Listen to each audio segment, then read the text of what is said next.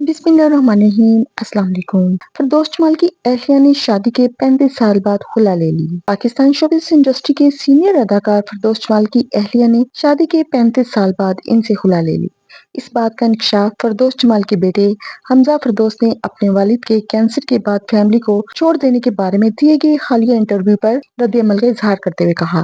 उन्होंने कहा कि ये वीडियो मुझे बनाते हुए बहुत दुख हो रहा है। काश ये वीडियो मुझे ना बनानी पड़ती, क्योंकि हर बेटे की कोशिश होती है कि घर की बात घर से बाहर ना निकले, लेकिन जब इंसान को इन गुनाहों की सजा मिलने लगे जो उसने किए ही ना हो, फिर बात करनी पड़ती है।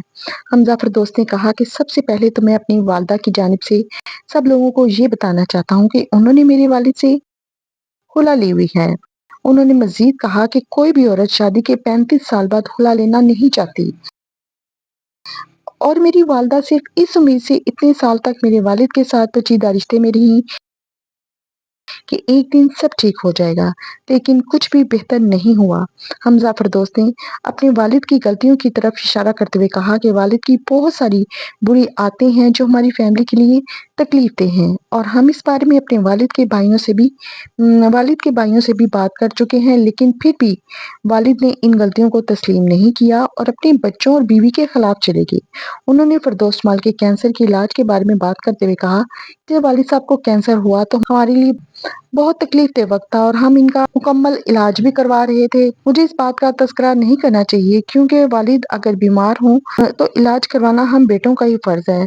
लेकिन चूँकि वालिद के इंटरव्यू के बाद वीडियोज़ में ये तासुर दिया जा रहा है कि जैसे बच्चों ने वालिद के इलाज के लिए कुछ नहीं किया, सिर्फ़ इसलिए मुझे इनकी तफ़सीलात बतानी पड़ रही हैं। उन्होंने मज़ीद कहा कि एक बेटे ने वालिद के इलाज के लिए पैसे भेजे, दूसरे ने हॉस्पिटल में इनकी देखभाल की, और बेटी बीमारी में उन्हें मेडिसिन अपने हाथ से खिलाती थी।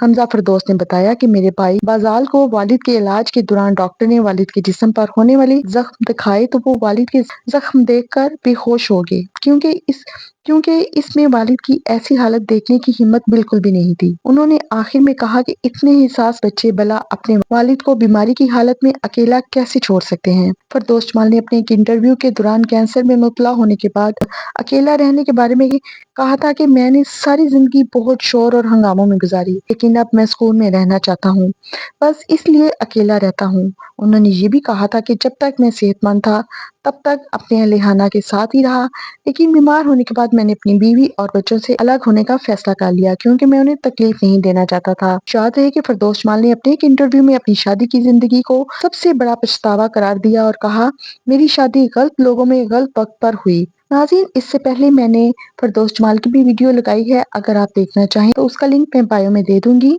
अब फैसला आपके हाथ में है। तो आज के लिए यही था। कंप्लीट लाइफस्टाइल की मेजबान को इजाजत दीजिए। मिलते हैं अपनी अगली वीडियो में किसी नई इन्फॉर्मेशन के साथ, किसी नए टॉपिक के साथ। तब तक के लिए अपना बहुत सा ख्याल रखिएगा। अल्लाह हाफिज।